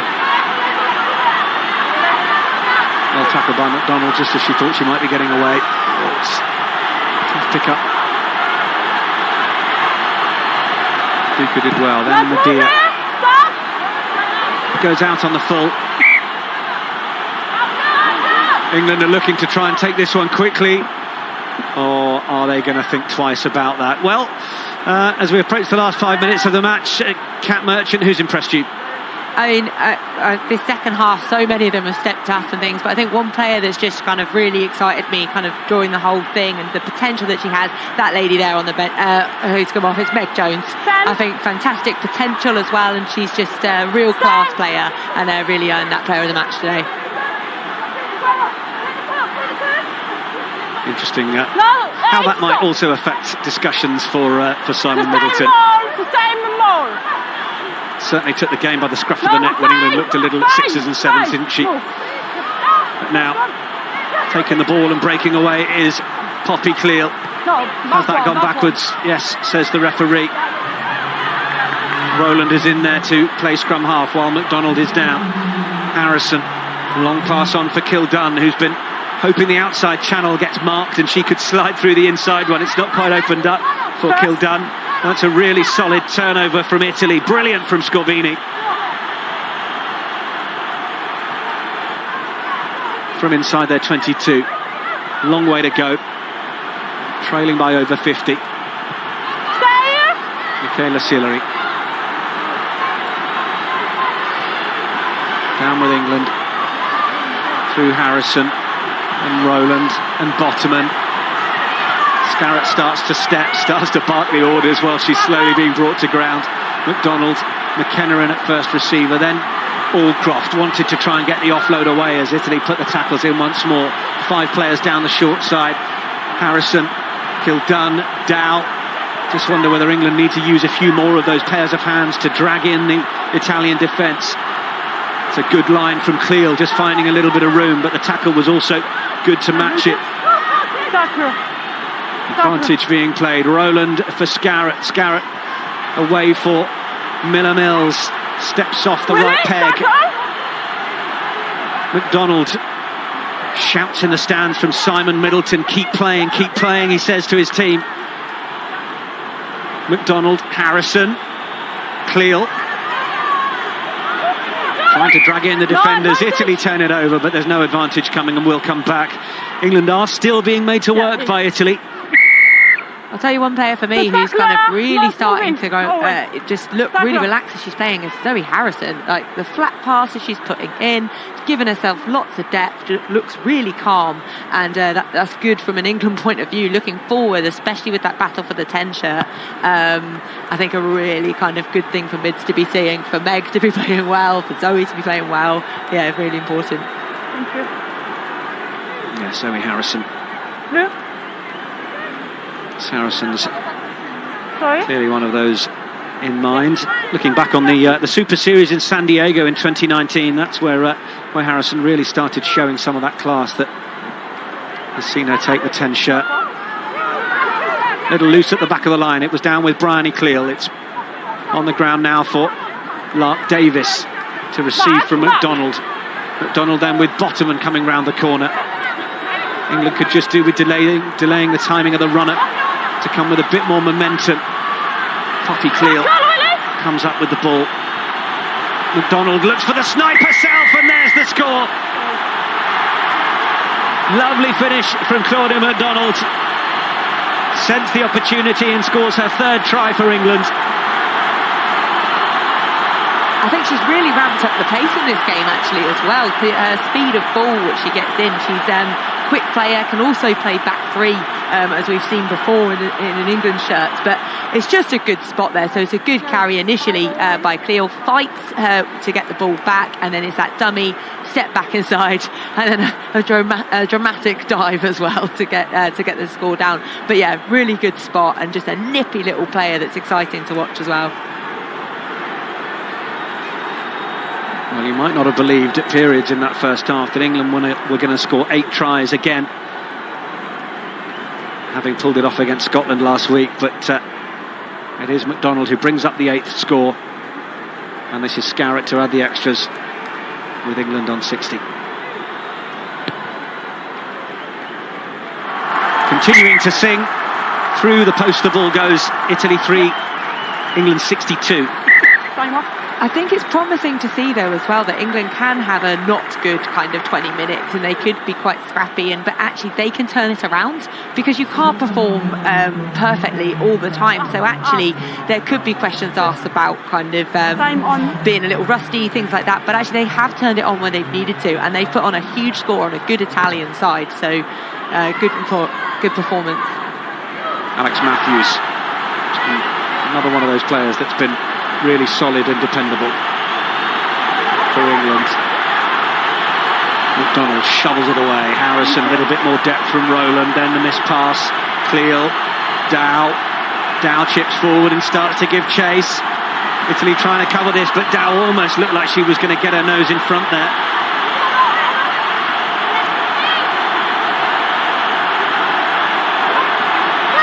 Still with England. Bottoman looking across to the right. Time is into the red. Fleetwood for Bottoman. England looking for try number 9. Bryony Cleal. Harrison wanted it.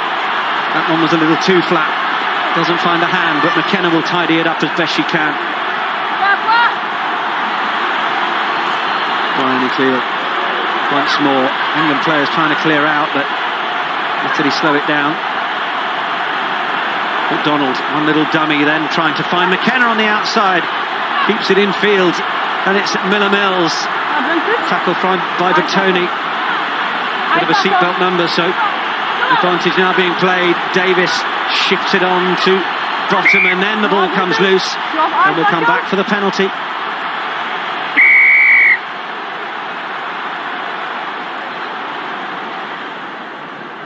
McDonald is just taking in the air. I'm not sure whether she was winded.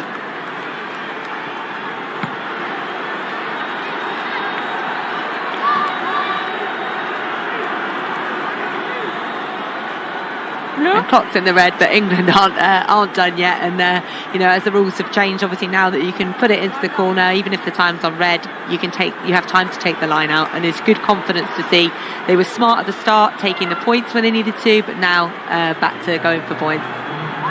Down from Miller Mills. Last roll of the dice for England to complete a much more solid performance in the second 40. They're over the line. It's Lark Davis doing for country what she's done for club all season and rounding off a 9-try defeat to Italy.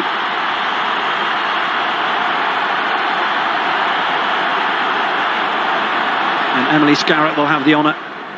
They're trying to put a final 2 points, a final cherry on their Italian cake. And they've really fixed the line-outs as well, haven't they? The first couple of decisions didn't quite go their way, and now actually that looked almost unopposed. And that isn't to discredit Italy's defence, that's more to just say how well drilled this England team is, and especially at that kind of driven line-out try.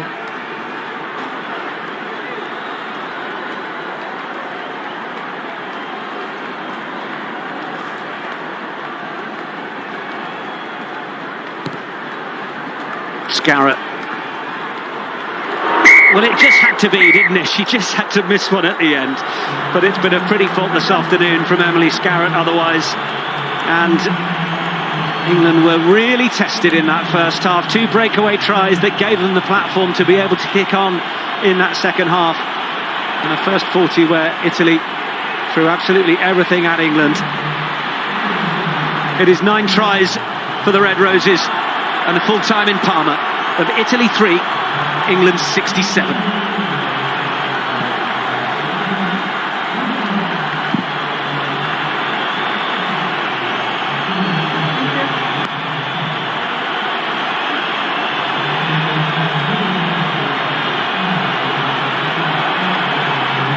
England are going to be kind of happy and mixed feelings, I think, in that. So the first kind of 20 minutes, they just really couldn't quite find their feet. But then towards the end, I think they're just a smart kind of unit now. And they've got lots of different players that can step up. And you saw the likes of even Harrison at the end there, but all kind of communications. And I think that actually I think it would be harsh to say too much about them underperforming at the start, because they did turn it around. They did what they had to do, and actually putting 67 points on this Italian team is credit to how good they've turned it around.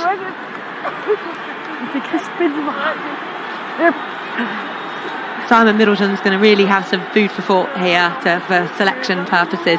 I think Meg Jones put her hands in the mix, but obviously some of the sevens players, I think McDonald as well has come forward, put her name there as kind of with Mo Hunt injured at the minute, and put in some real good pace onto the ball there. And then the forwards are just relentless at the minute. When you think you've got the likes of Matthews and Fleetwood starting, and then you've got the Cleals coming off the bench and Bottoman, and we've still got Byrne to come back from injury. I just think there's so much kind of talent there in the forwards.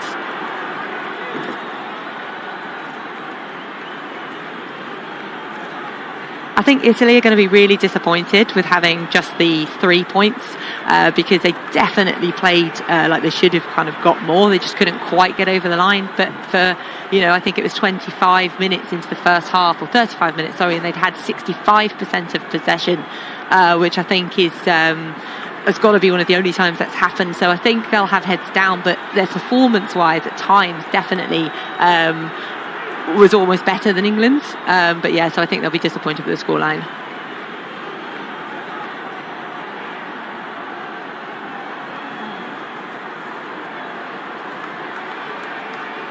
I think Middenau will be talking to them and thinking about kind of the final game coming up, and I think it's going to come down to composure and being clinical, because when England switch it on, they're unstoppable, but sometimes it just seems like, and it could just be the fact that they are a little bit rusty and COVID and everything like that that's coming to test them, but I think that's definitely the thing that's going to hold them back when they move on to the final, if they don't get that sorted, and having an 80-minute kind of performance instead of a 40 or a 60.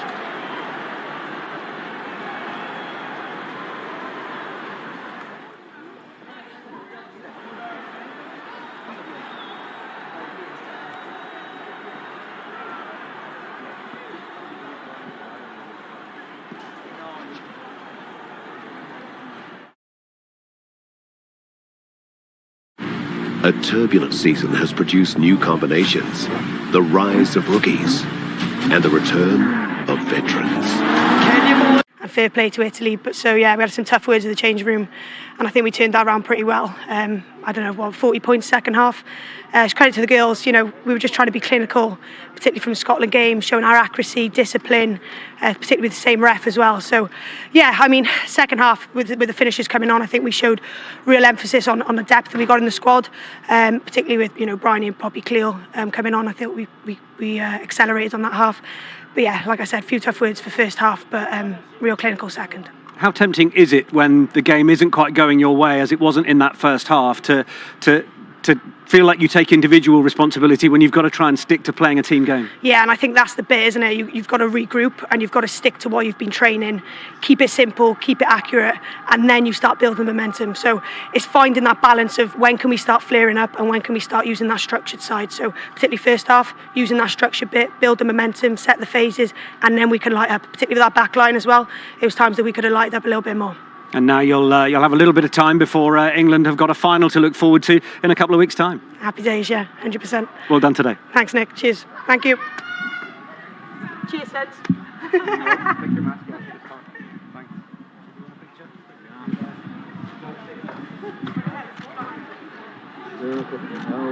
Thank you. Cheers. Thank